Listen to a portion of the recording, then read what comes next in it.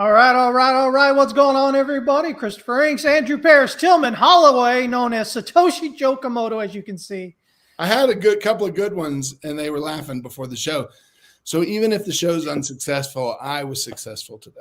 What do you mean if the show's unsuccessful? It's always successful. Well, what we do. A lot of it has to do with your exit, and if you get my exit is like just perfect, man.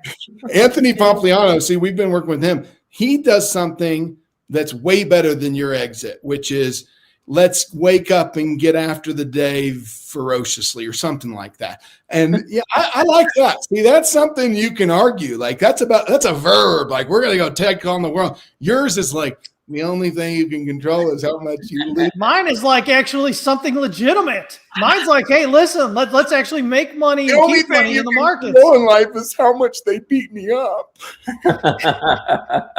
You know what? You almost look like Uncle Fester there. That's a line too far. That is a line. Andrew's laughing so much because he knows it's true. Look at this. Listen, you better have some extra muffins in my trailer. All right, what's going on, everybody? This is what we do, right? This is what we do. We have a little fun. We talk about some Bitcoin, maybe. Most of the time, it's just jokes and you look like Uncle Fester. See, this is what happens. You come after me. There it is. But hey, you're laughing a little too hard, Andrew. But I'm sorry. I apologize. But Tim was going to be texting Andrew after this war. Well, here's the thing. I mean, Chris is not commonly known as a joke maker. That's right. That's why it's funny. Is it finally? That's why it's funny because it really hit in the moment. Okay. So that was well done. There you go. Kudos. That was the one for the year. That was it. All right, I'll give it to you. That was good. So the comment here: the only thing you can control is how much you can annoy Chris. yeah, that's all right. That's all right. I'm gonna get rid of Bernardo. I feel like we know each other. If you're not following me, I want you to follow me. That's one follower I'll take. Is somebody? You just screwed yourself with that. Wait till you find out what you just unleashed. But anyway, hey, listen. So now we're 5 minutes into this, and we haven't talked about Bitcoin at all. Maybe we should make the show not about Bitcoin. No, that would be terrible. Hey, listen, strategy. What, like 1.3 billion? I think is that right, Andrew? Recent buy. Yeah, a big buy, a big one. We've got ETFs are, I think, just about to go. They're right around almost going positive for the year. Mm-hmm. IBIT is leading that. I know you watch IBIT quite a bit. You get significant inflows here overall out of all the cohort there. Yeah. And what do we got? We got the Bitcoin on the exchanges at an all-time low. So, I mean, I don't know. If I'm looking for reasons to be excited about Bitcoin, if I need other reasons, I mean, I think those kind of coming together at one point do. But, obviously, you're still going to have selling going on there, and you still got people that are freaking out. It is what it is. But one of the premises of this show is playing out in real time, and that is what in the world is a meaningful bear market inducing, huge correction inducing event. What I don't know what it is at this point. We're at there's one left. There's one left, Andrew, and just get ready for it. Alien invasion. That's the last one. I mean that's what we're left with, and it feels to me like an alien invasion. Okay, the markets will go down for three days, and then aliens will meet with Elon. Elon's face will open up and we'll all buy Tesla stock. And that's that's about it. I can't think of anything else at this point. Like it's nuts. I mean, we are again at war. There's wild things happening with oil. Every 15 minutes there's a new something out of the Strait of whatever it's called. I mean, it really is something to be in a world where negative headlines just don't have a meaningful impact. We're we're still less than 3% away from an all-time high at the S&P, and we're down almost 0.5% today. It really is something to watch. So by the way, that's now playing out in Bitcoin, right? So Bitcoin has had a positive response, not even a blip down, but a positive response to negative headlines, as everybody thinks it should, given it's supposed to be a hedge, blah, blah, blah, blah, blah. But we've seen, again, the underlying deal here is that when we don't even get it, the investor class doesn't even wait anymore for a 10 or even a 5% drawdown. They see 2 or 3 or 4% drawdown, and they're like, I got to put money in, because it's going to bounce back. It's going to bounce back. It always bounces back. I got to put money in. And that is the nature of market. I don't even see it as that. I see a lot of liquidity making leveraged bets at those bottoms. Like, these liquidity flushes are like $18 billion of leverage getting flushed. That's indicative of the psychology that we all carry into the markets now. And I was talking about this on the podcast earlier, and I don't think that's going away. I think it's actually going to get worse. Why? Well, because the markets are more interconnected than they've ever been, right? So you have this gigantic market with tons of liquidity, huge depth, that's now attached to this tiny market with no liquidity and no depth. And there's arbitrage opportunities in the pricing against those two markets. And automation and arbitrage go hand in hand.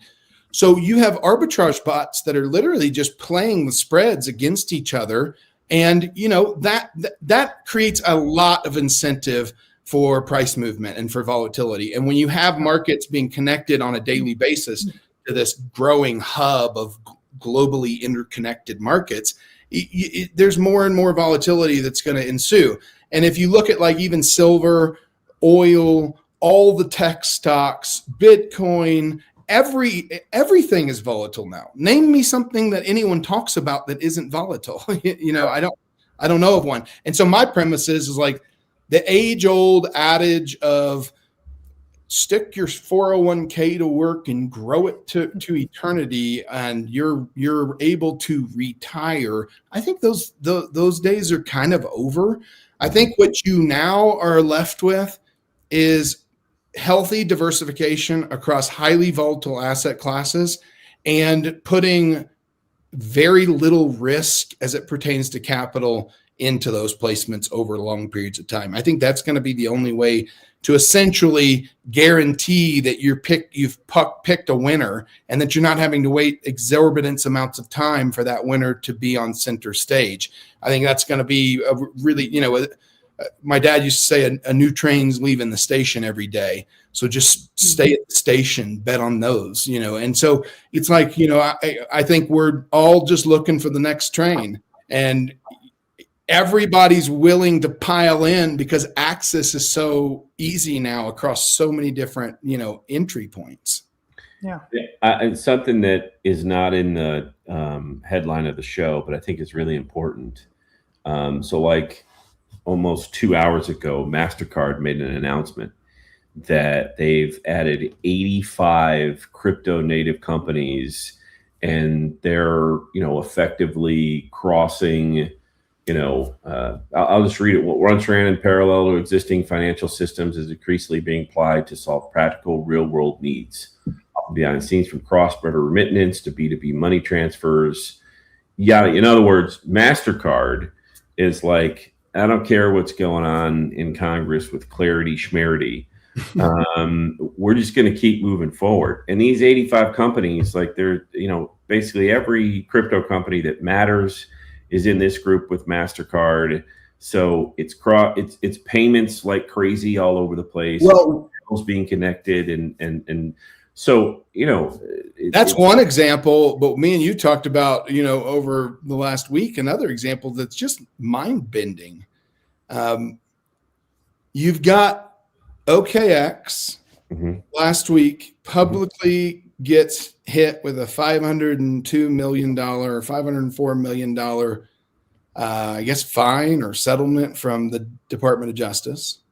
And Which, then, by the way, is very different than the SEC. It's one thing to get hit with a fine from the SEC. That's civil. The DOJ is not civil. No. DOJ is Johnny Law. and yet less than a week later, they also announce a $25 billion eval-based investment from ICE into OKX. And From if the NYSE, yeah. Yeah. So for all of you viewers, Andrew's talked about this before. I didn't know this before he started talking about it, but just like everything in this world, it's all been consolidated. ICE owns the New York Stock Exchange. What else do they own, Andrew? Basically every NASDAQ. They own all the markets is the point. Mhm. Yeah. So to invest in OKX would tell you like the OKX does nothing but crypto. Yep. And you're talking about another entity that does nothing but traditional.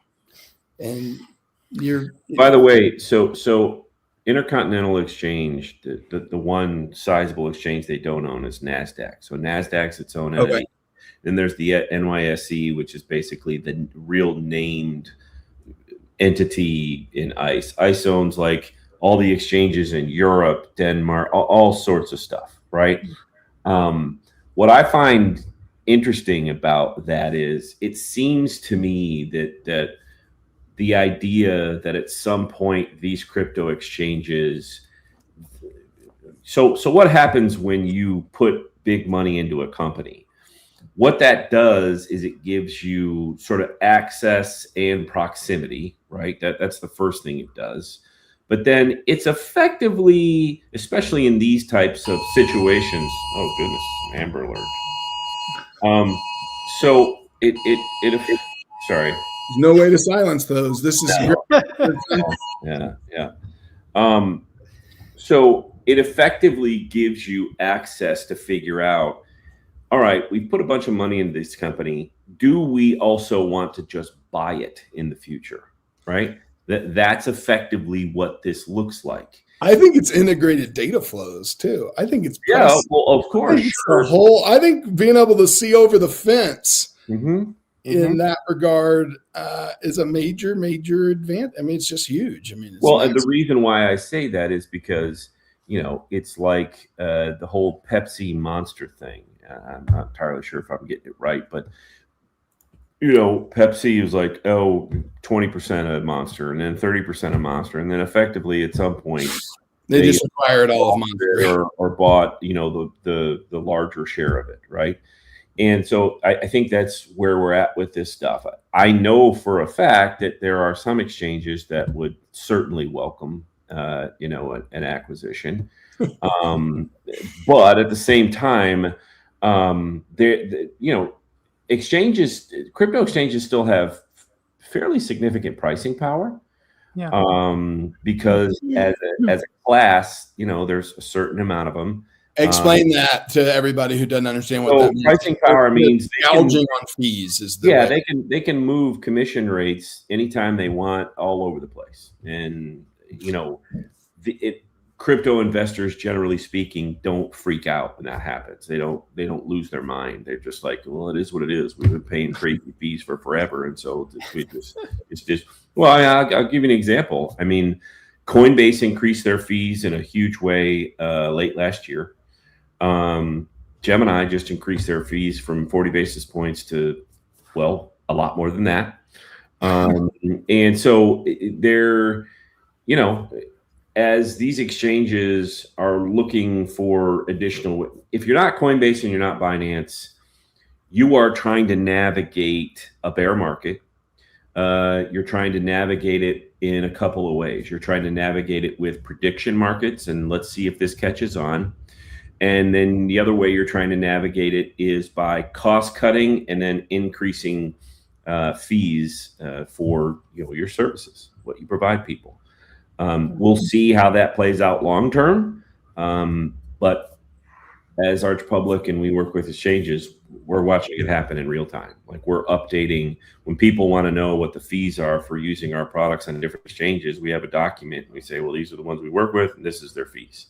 Well, and listen, it's complicated as heck, even within one exchange. It's like if you're using API pulls, it's a different fee structure. If you're doing manual trades, it's a different fee structure. Most of them have tiered fee structures where if you trade monthly volume up to this, you get this fee, and then it's insanely complicated. It's very different than the TradFi space where that's all been commoditized down to like nickels and cents, you know? Yeah, well, I mean, in the TradFi world, especially on equities, and let's take Robinhood out of this for now, but if you trade at a trade station or what formerly was E-Trade or what have you, I mean, it's not even worth really, doing an equation on, because it's so small. The commissions have been they've gone to zero or close to it. So it's very difficult, again, to be it's why those companies have gotten acquired. The only value associated with those companies is not necessarily the commissions they generate and the money they make off it. It's the assets being held by clients that are there. Okay, and then how does that get monetized? The best way that gets monetized is for them to be folded into a Morgan Stanley. And now the top 20% of all those clients that were at E-Trade are now fairly valuable to Morgan Stanley, because those are high dollar folks. And what can we offer them? What can we give them where we can make more money than just 10 cents on every trade that they do? So that's coming to crypto exchanges. How quickly it gets here, I don't know. But watching larger exchange entities get involved with crypto exchanges, I would venture to say that it's not going to happen quickly, because that's the reason why the ICEs of the world are getting into the game. Well, define what you mean by quickly. Because things have been 5 happening years. so fast here. I don't think 5 years. I don't think the fees in the crypto space will be commoditized until all of the integration has been commoditized, right? Where if you can go to Robinhood and you can access something that you can't access anywhere else, or Coinbase or whoever, right? They have a very distinct advantage in product offering and in having an advantage there, or a distinction there. When all of the markets have been integrated and all the products can be commoditized and collateralized across all the markets, that's when the next evolution of the markets will be them reducing fees to attract customers. But right now, I don't need to reduce fees to attract customers. I just need to add something sexier from a bell and whistle perspective that people are willing to come over and pay for, right? You know what's sexier to me? Lower fees. I'm just saying, man. Lower fees are the work. I don't even understand what you just said, honestly, and I'm going to tell you why. If I can get tokenized copper, access to tokenized copper on Coinbase, and I can't get access to tokenized copper anywhere else, I don't even look at the fees, man. I don't care. Why? Because if I think that copper is going way up, and I don't want to hold it physically, and I don't want to buy the ETFs, and I don't want to do, and I have money sitting in my Coinbase account that can be appropriated to now copper instead of just altcoins and Bitcoin, that becomes an attractive pathway. That becomes something that will get capital to move over there. Because why? Well, because the volatility in copper far exceeds any of the fees that I'm going to be incurring along that. Why I wouldn't even be trading it if the margin's so small that fees are the margin of error that I have to work within. Screw it, I'm not even going to chase it. Well, again, it depends on the time frame you're trading, right? If you're trading a smaller time frame, you're looking to lock in smaller movements. The fees become, the smaller that time frame, the smaller that movement, the more exponentially detrimental those fees can become to your trading. So they can, but we're still talking about a basis point. You know what I mean? Like at the most. And so at the least, you're talking about let's call it 0.08 of a basis point if you're at the best pricing bracket, and 1 basis point if you're at the worst side of the pricing spectrum. if you're in a trade for less than 2% profit, then, you might need, you should be trading a lot more to justify that, would be my point. Like, for you to justify trading in those short of increments, you better be a professional day trader or have some sophisticated tools, because that's a dangerous game. You better have a lot higher risk reward ratios than 2%. That's my point. Yeah, well, so yeah, we kind of moving in here. We're about midway through. Well, not quite midway through March yet. We're getting there. We've got this whole Iran thing going on now. Oil shot up there. I mean, I know you guys saw that. I know it's not silver, Tillman. It's oil. So we'll talk about oil here. Same thing. But, a crazy move, really. I mean, I've been doing this for 30 years. The two craziest things I've seen in oil were right after Negative. COVID. Huh? When it went negative? Yeah, first time NYMEX ever went negative. And this big, over the course of a couple of days, this huge run up, and immediately, boom, shot down even worse, right? I mean, on that move alone on Sunday, when it opened on Sunday, popped up like 25%. And then by the end of Monday, it had dropped like 35% from that high there. Absolutely insane. But what is that is my question, because I don't think a lot of people understand it. And I think that's just all automated bots. I think it's just a symptomatic symptom. Well, this was something I was talking about yesterday on the Trading Tuesday Spaces. And, you're going to see, I think, a lot more volatility, the more synthetic products we get. But especially with oil, there's a lot of, right when the market opens on Sunday, first of all, it's going to be thin. Second of all, the trading desks that are, that had held a position through the weekend are going to want to readjust as quick as possible. You've got the people who were, if they were short going into the week, because I'm going to tell you right now, with the move that happened through the end of the week, it wouldn't have been a crazy thing to go short at the end of the day on Friday, thinking you're going to catch a gap down on Sunday open. Well, especially if you're way in the money, right? Then you're just hedging, right? And so the question is how much am I taking off the table by adding shorts to this position? And that's a 100% valid point. But the point of integrated markets and synthetic alternatives to holding the base asset, that's only going to get worse. You know what I mean? Yeah. There's only going to be more and more of those available. Well, with oil specifically, there was that part of it, right? And that really, I think, amplifies, the magnitude and the extent and maybe how quickly it moves. But the reason why it even went like that, because like when it opened on Sunday, it just shot up, right? And so my point about Friday was that you have those people that were potentially shorting there on Friday, and that thing shoots up on Sunday when they open. All of a sudden, they've got a cover, right? You've got dealers that got to hedge gamma. You've got all these other things, right? So price ends up chasing up quickly like it does. I mean, and then you get what you got, that big pop up for a few hours into early Monday morning, and then, dropping right back on you. And, I think we're going to see, again, I think my big point here is that with the synthetics continuing to come out here, and especially even where it runs in with Bitcoin, because we can look at, Andrew likes to point out just how big, the options market on, for instance, IBIT is, and how significant that is, right?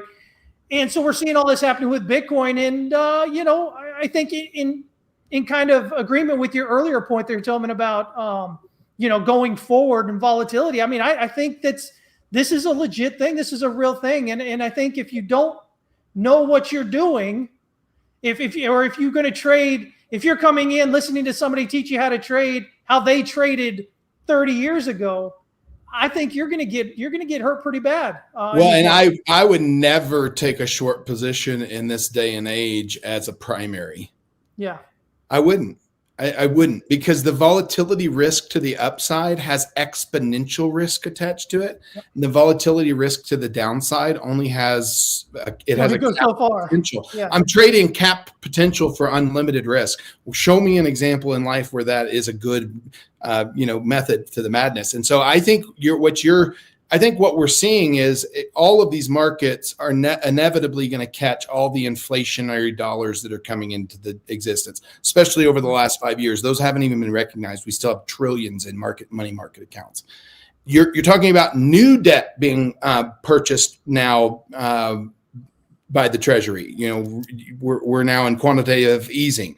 The next step is going to be lower interest rates, printing press go burr, and everything catches those dollars. Everything goes up, right? And so how do you balance markets knowing that all commodities go up over time? Well, you balance it with large bad news volatility to the downside all the way up, so that anyone who's playing the leverage game at any point on the curve is getting flushed out. And that's exactly what it is. That's exactly what it is with the markets. I'd mentioned this, I think, a month back or something. The volatility is what, the leverage is what they're going to be hunting. Like when it came to Bitcoin, you used to hunt Bitcoin itself, right? The holders. Now you're hunting that leverage cash that everybody's willing to bet on the, and so when you have companies that have large bags, treasury companies, oil's the same way. Like if you look at like a company that has a ton of oil supply, or a company that's in the oil industry, they naturally have supply, they naturally have storage, they naturally have all these things. Well, when the price goes up to, what did it hit? 130? 119. 119. When it goes up to 119 in a parabolic move, yeah, you lock in profits. Well, you can't move the physical. But it's going to keep going up higher. Well, but if you own the world, I don't want to name names here, but imagine the biggest oil companies, and they've got tanks full of this stuff everywhere on the earth.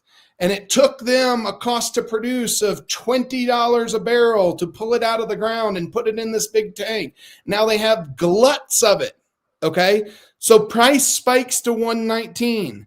I get my simple little calculator out and I go, how many barrels do I have times 119? Holy crap, I'm rich. And all these companies go, wow, we need to lock in our profits or some of our profits on this. Well, how do you do that? With paper oil shorts. You literally go the opposite direction of your primary position with synthetic products, because you can't sell the oil fast enough. Same thing happened with silver. If you owned a ton of physical silver and you saw the price of silver go to 130 or whatever it went to, you can't get the truck to your storage, your vault fast enough. You can't get it to the refinery fast enough. You can't get any of that done fast enough to lock in 119 pricing or 130 pricing. Yeah. So if that time frame is 3 weeks, you have 3 weeks of exposure of risk that you're going to be, either going to be really happy if the price keeps going, or you're going to go, oh crap, I lost out on a lifetime of profits that I could have locked in. And, it's no different if you're a gambler and you've ever been 8 deep in a 9-bet parlay. You bet, you take profits off that bet. You're already way past the point of being lucky. Welcome back, Andrew. The only thing you can control in life is whether or not you're going to take a leak during the show. All right. I mean, that's all you can control. I'm disappointed that you don't have more commitment than that. Get a bucket under the table or something, buddy. I mean, this show, people are counting on you to be on it. Yeah, that's true. That's true. Wow. You missed the best part of it too. We really the oil discussion. Yeah, that's probably why I decided to take a break. But the comparisons with oil and Bitcoin markets and whatnot. It is interesting. So 10 years ago, if you'd have told a bunch of market mavens that, more access to data, more access to, everything, right? So everything's always on, more access to information. Most would have postulated that would lead to less volatility rather than more. Yeah. And we're seeing the opposite, right? And I don't think it's going to slow down anytime soon. Well, yeah, but think about the increase in speed and settlement times. Of course. That's the key distinction there. Settlement times are getting shrunk by orders of magnitude. Like you used to, when you bought stock and you wanted to sell it, you were taking paper with certificates around, and then they digitized that. Well, now, in the world of tokenized assets, It's instant. There is no settlement. Yeah. Yeah. I can get rid of silver now. I can hedge silver now. I can hedge Tesla now in synthetic products. That's instant settlement, and that's instant flow of capital, and that's going to increase volatility exponentially, especially in smaller markets, right? Yeah. It is a, again, markets continue to evolve in real time. And, we can decry the rise of prediction markets. That's an interesting way to say, gambling basically on everything.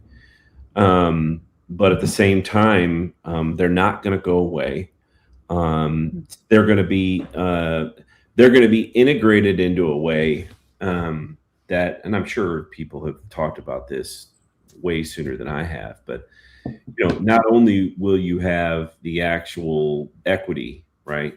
Then you'll have a tokenized version of the equity.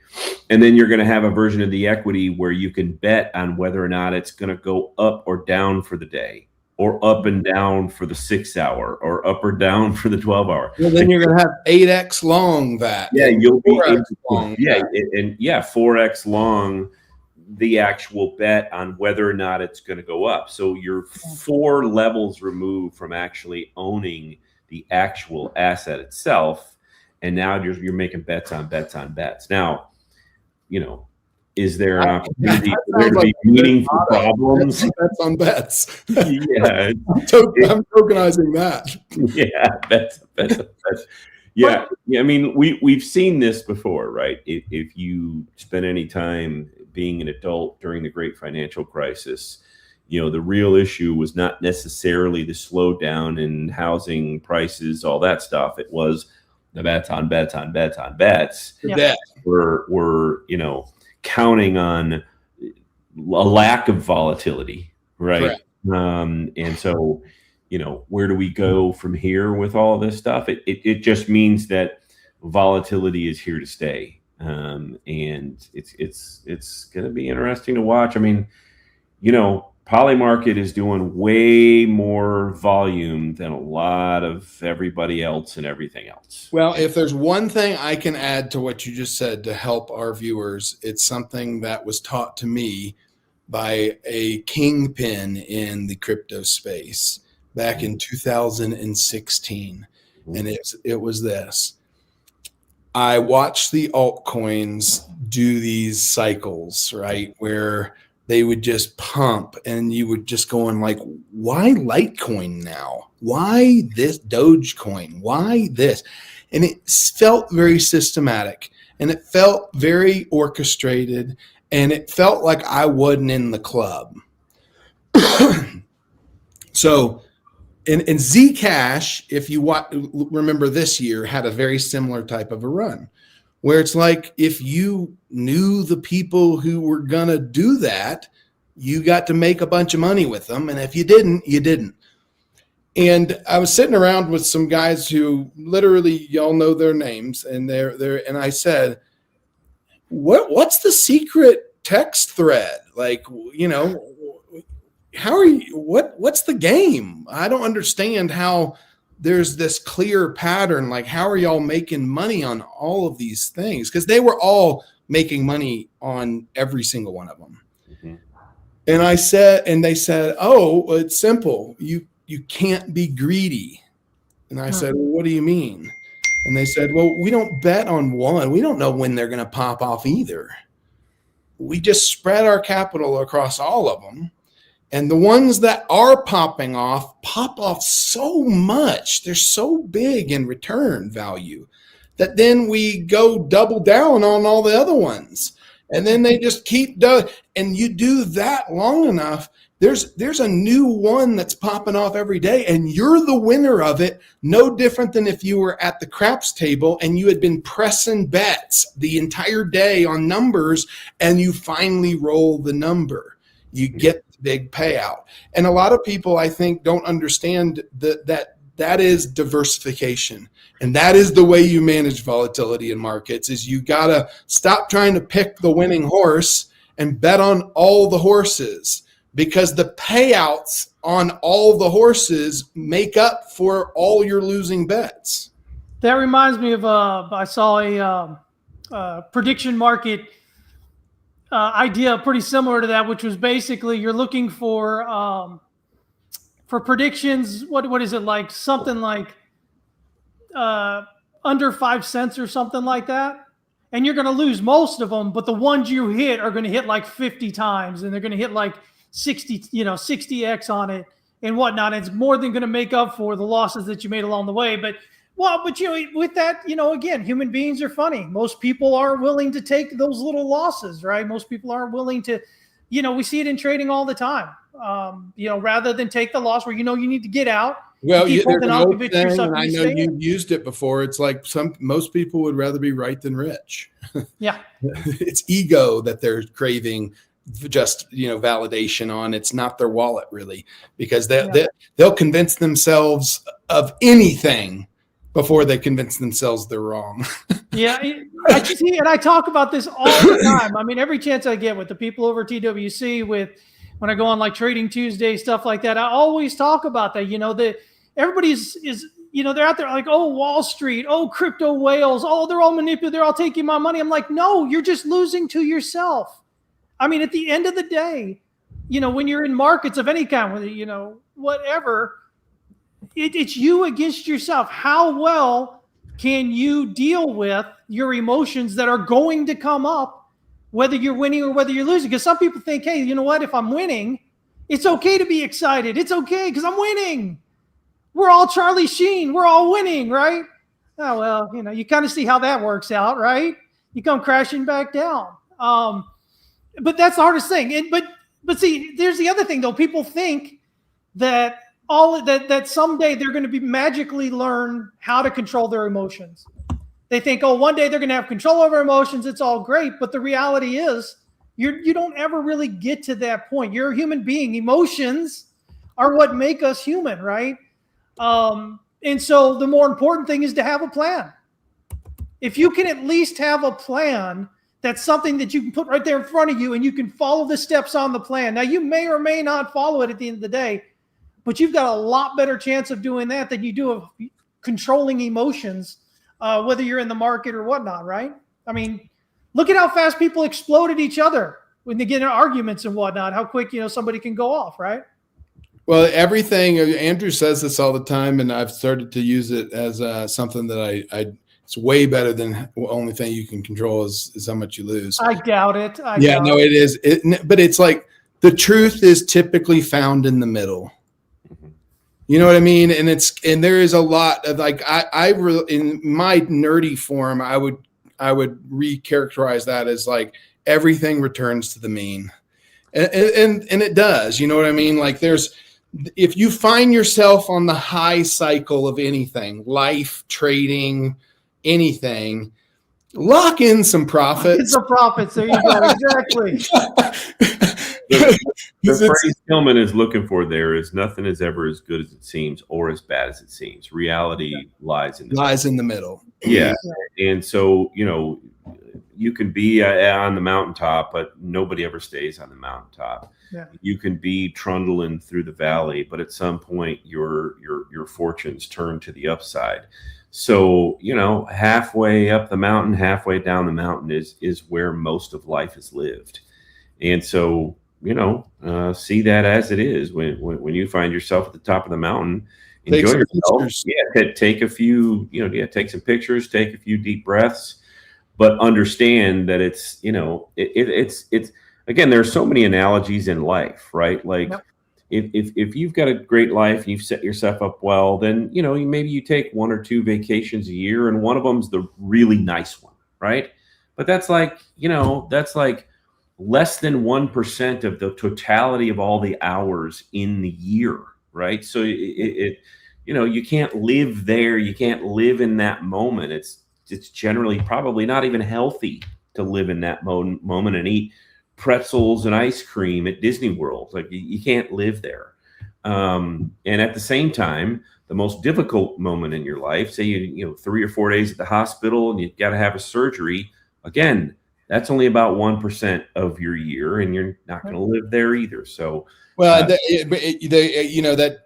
leads me to a thought. I was watching a kind of a motivational character. I can't remember his name, but he's one of those guys like David. Matt Foley, I think is his name. No, it was like some sort of David Goggins type guy that has done. He's climbed Everest. He's done all these things, and he said, "I just try to have one picture in my memory book of life per year. It's always a big picture." So it's like one year he says, I'm going to write a book. One year he says, I'm going to get a 6-pack. One year. And so now he's done it for like 20 or 30 years. And he can like characterize, 2015 was the year that I climbed Mount Everest. And, to create a lot of mountaintop events, I think is what all of us are seeking in life, to be able to look back on our life and go, you know what, I did a lot of things that felt like mountaintops, so you got to be mindful of it. You can't live there forever, but you can be mindful of, like Chris was saying, is like work a plan that leads to success on a bunch of fronts, and then you're going to have success on those fronts, right? If you're a silver bug this year, you're pumped, man. You've been waiting 40 years. If you own a silver shop, you may be retiring this year. I'm serious. Well, no, because it's going to continue going higher, and you're going to continue making more money. Cares? Right? They've been sitting on silver since $2 a coin. I'm just saying, that's how humans are, right? That's how humans are. It doesn't matter. It's not just markets; it's everything. We always think it. This is what we were just saying. We always think it's going to continue to go once it's good, right? And then we're always upset that it doesn't. If I owned a silver company right now, I'd be cashing out and going into Bitcoin. Truthfully, I'm not finding a beach somewhere.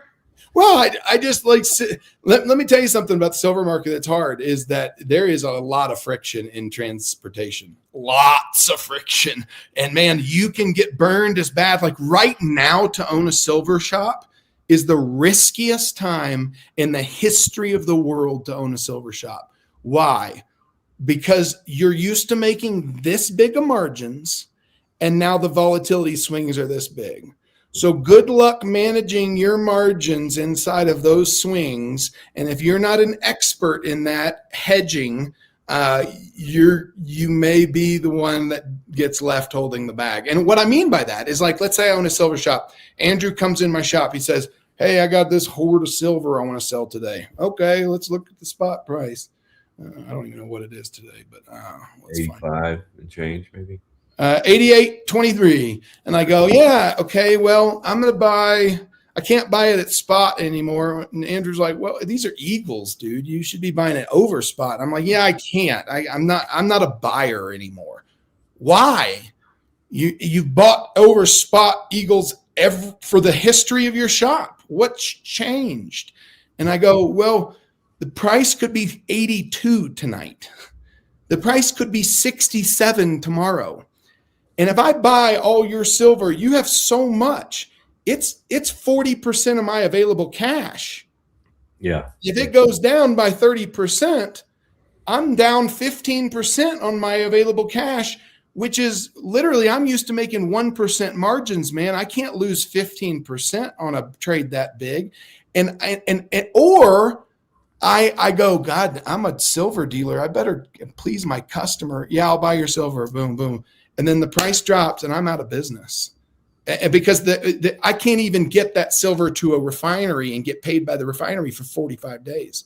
I've sucked up 40% of my cash. What if I've done 80% of my cash? What if prices go to 130 tomorrow like they did, and everybody comes in my shop wanting to sell at once? How do I manage that? Then you're out of business and you're living in a van down by the river. Welcome to the Bitcoin Club. So what Tillman's trying to tell y'all, you heard it here first. He's looking to buy your silver shops. DM him on X, all right? Listen, I'm a Texas silver buyer right now at 15 under spot. If anybody wants to sell silver, I'm buying. 15 under spot? All right, man. Oh, man. I can't get off of I was listening to a motivational speaker, and then Matt Foley, it consumed my mind for the last 5 minutes. I can't stop thinking of quotes. It's because the pretzels are making you thirsty, man. Hey, does that like old Billy? Does that look like Billy Shakespeare there, Dad? Dad, does that look like Billy Shakespeare? See, y'all get Bitcoin and you get movies. See what happens here? Yeah, That's right. it. So let me ask you, Andrew. So strategy, you know, we were talking about this long before I think it came even much more apparent to everybody about the, you know, probably the end goal for, you know, MicroStrategy strategies like the in-between becomes a Bitcoin bank, right?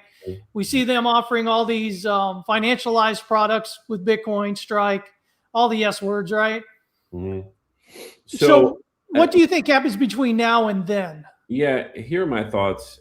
I don't think we should, you know, I don't know about calling them a Bitcoin bank anymore. They're probably just going to be a bank, and their, you know, underlying collateral will be Bitcoin. They're acting. That's what I meant. Yeah, they're acting that way now. Like right. If you go to a MicroStrategy talk or a conference or whatever, all they talk about are their, you know, fixed income products. They're making 11% for you on short-term capital that has no lockup. That's awesome. Yeah. So my take on strategy is it goes one of two directions. Somehow there's a moment in time where they get blown up, and they're another, you know, in a long history of blow ups in the Bitcoin space. I don't think that's going to happen, but that's one potential outcome. What I do think is over time, there will be banks that will copy what strategy is doing. You mean like current banks? Yeah, that's correct. Like banks, and they won't necessarily turn themselves into just a Bitcoin bank. There'll be a portion of the bank that does those products with Bitcoin for Bitcoin assets and Bitcoin people, especially serving lower, you know, the lesser sophisticated investors, let's call them, you know, that won't be investing in MicroStrategy or any of those products. Yeah, but I think there's a world where even the biggest banks have, again, a portion of the bank that is doing the strategy stuff, the fixed income stuff associated with Bitcoin. Why? Probably because it is and will continue to be fairly wildly profitable. Well, I think there's a huge arbitrage opportunity. If I could do it right now, I would, which is basically if I take my money as a bank and I put it into a product that Michael Saylor has reserves to pay dividends on for the next 50 years, that's giving me 11% return. Yeah. And then I can loan that money out to people, or I can literally play the spread, but like they're 11%. Good Lord. As a bank, I could offer 6% yield on money market accounts and attract a ton of retail consumers, and I'd be making 5% spread on that money. Like it's a no-brainer is the point. That's to my point, is that, you know, it's one or the other.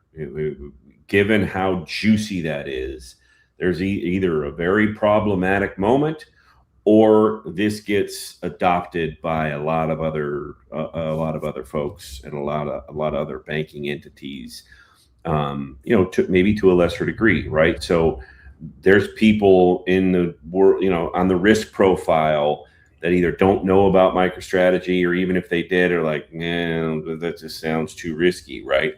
But if they go to their banking institution and they're offering 8.5%, right? They're like, well, it's 8.5%, and it says, you know, Standard Chartered, or it says whatever, Fifth Third, or it says PNC Bank, whatever. They're going to they'll engage with it, right? And what's really interesting here is, in my opinion, kind of the final. What's the end game, and where does this go? Because this accelerates, it doesn't decelerate. You see what I'm saying? Someone who can offer almost a riskless yield of 11% is such a differentiator between its next competitor and it, that you could make the argument that it's a monopoly, and you could make the argument that it's of national importance to a degree. I'm just playing game theory. Forgive me if this sounds crazy, but game theory tells me that at some point, a president may see it as the way in which the U.S. economy underpins the strength of the U.S. dollar again. Because if you take the model that Saylor's created, you nationalize it, you basically eminent domain, print enough cash to make Saylor and everybody else go away by force.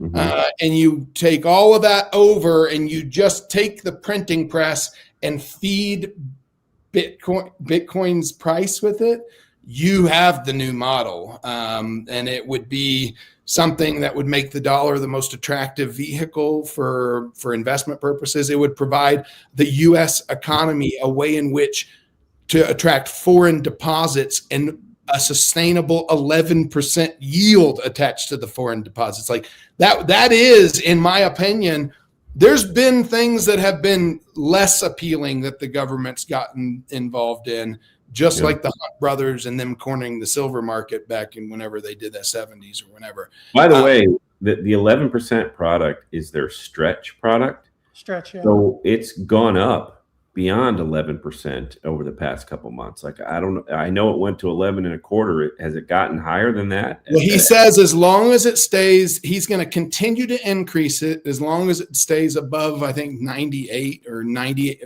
the par value. He wants a very tight par value with 100%.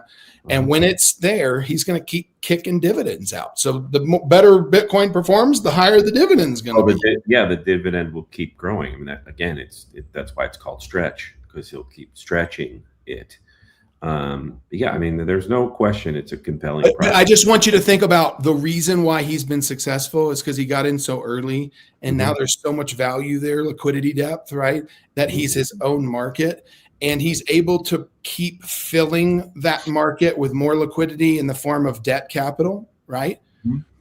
What is the Fed Reserve? Debt capital. Yeah, right. The head wall of debt capital. Yep. Yeah, well, he's just replaced Saylor's raising of money with the printing of money, and you just do this as the U.S. mainstay financial fiscal policy, and you now have made the banks in the U.S. the most profitable, most attractive place to put money on the face of the earth forever and ever, unless you can create another Bitcoin, So what's going on with Mahler's then now? Because, there was a lot of big talk with 21 coming out and all that, and I'm not really seeing much happen. I mean, I see him come out and say a few things once a week, but yeah. So the dynamic there is it's much more difficult, given their model. It's much more difficult to do Saylor-like things in a bear market. It's very difficult. So per Tillman's point, Saylor has effectively his own Federal Reserve of liquidity in the amount of Bitcoin that he owns. Bingo. Their 21 owns a tiny little fraction of that, as do all the other quote unquote Bitcoin treasury companies. They're ants, on a farm, on Saylor's farm, let's call it. So can't do Saylor stuff when you're in that position, right? It's easy for banks to loan money to Saylor, given what he's got in his back pocket. I mean, it's a enormous strategic advantage. Enormous. So then do you think Mahler's and them survive and then they come out and do well in the next bull market? Or do you think survive and do well are two very different things, right? Well, that's why I said, do they survive and then do well, or do they just so survive? Sure, I think there'll be those that survive. Exchanges are thirsty entities for capital if you're not making money. And I don't want to point out some of the more potent examples of that, but Andrew is very familiar. Like, if you're going to play this game like Mahler's and like a few other ones, the Winklevoss twins, you better be ready to pony up. Yeah, it is, especially running businesses that are capital intensive, and that you've got to, make absolute sure that things like reserves and whatnot are completely above board. That is an expensive process, very expensive process. And so, again, I think there are those that do survive. I think the idea of do well is a ways off, and doing well means, strategy pivots and moments that some would say are for the most skilled. Others would say there are moments where it's just dumb luck, and then you do well. It's hard to distinguish between the two from time to time when you're in survival mode, right? Well, I think it's really easy for all of us from the cheap seats of any arena that we are observing to go, well, that was pretty easy. I mean, whether you're observing sports or, success in the entrepreneurial space or whatever, but can you only imagine the number of death sentences that Saylor has dodged to this point? Yeah. It is not, I promise you, everyone focuses on the bulletproof nature that he is now, but that's because he's been a wizard, like a masterful wizard of navigating the most treacherous waters that have ever existed. Like that's like watching a guy raft down Class 5 rapids, go down 50-foot waterfalls and be like, he was lucky he didn't die. He's probably been in the river for a long time. And well, the scale that Saylor is at with his capital and where he was in 2021, he had actual competitors of scale, right? There was Luna, there was Three Arrows, there was Voyager, DCG. So DCG, that's correct. Genesis, all of those were in the same conversation as MicroStrategy and having supposedly huge amounts of reserves and capital that they were lending against, right? Yeah. That's what Saylor is doing now. He's lending against that capital, right? And they obviously very famously blew up. So the question is, it's not really a question because it's history now. How did Saylor avoid that? He avoided it, right? I'll tell you, in my opinion, how he did. He realized that you can't build a skyscraper on the beach, that the foundation by which he bought Bitcoin was as close to after-taxed realized dollars as you can get in the debt game. What do I mean by that? It's no recourse debt. Yeah. There is no liquidation event that he's forced to realize by a broker or by a borrower or lender. There is none of that. The worst thing that can happen to him is he's got to hand more shares out to new people. Sign me up. It's a very riskless model if you're able to make it work. And he just was able to make it work in so many different tranches of debt capital to where now he doesn't have the entrepreneurial risk that is carried into new endeavors, right? He's got absolute staying power and the depth of capital to pretty much, it's a war chest. He can go against anybody. Well, and the best thing he did was that movement from, he started early with all that debt that was dangerous, right? Where you had to worry about where's my liquidation level. Now he's converted almost all of that. He learned his lesson. He knew the growing liability was of concern and he couldn't incur it any longer. That's 100% right. Those are the bullets I'm talking about dodging. That's not luck. That's him going, oh, crap. This hole's getting bigger, and I don't know how I'm going to get out of it if I don't get out now. So from Bernard here, I think Saylor realized that the only thing you can control is how much you lose. But listen, I think is right. I think if I was going to give you any advice, Chris, you should trademark that and put it on some merch and sell it on your website. Because I think at this point it's become, if you know, you know. Ubiquitous. Yeah. If you know, you know. Oh, man. Hey, listen, guys, I really appreciate y'all joining in as always every week. I know you guys are busy and, I know Tillman was on another show just prior to this, which is why he was late today. Oh, wait, I'm sorry. I didn't mean to mention that, Tillman. Sorry. Well, the host was a lot better looking than you two. So they usually are. They usually are. But I'm trying so hard not to say something from before the show, but I'll bite my tongue here. And those of you watching are never going to understand what we're talking about. Great stuff. But anyway, hey, listen, another week to go, and now we'll be halfway through the month next week. And, we'll see. We'll see if Bitcoin's actually popped out above 70. We'll see if it's still sitting here where it is, or we'll see if we've dropped. And I think either way you look at it, I think overall Bitcoin's got still a great future ahead of it. And I think people are just too short-sighted in the grand scheme of things. So good times coming up. But it's at some point down the road, and we can all say, see, we told you. Well, I mean, to me, I would just look at it as like my granddad used to say this to me. I'd say, are you a Republican or a Democrat? And he'd go, I give to both of them because one of them's going to win. just put a little in Bitcoin so that you can join the party when we win, and then there it goes. Right? You don't care when we're losing. By the way, another version of the kind of saying, don't get too high, don't get too low, is on a long enough timeline you're right, on a long enough timeline you're wrong, right? There so you go. Act accordingly. It's changes, the way things evolve, adjustments.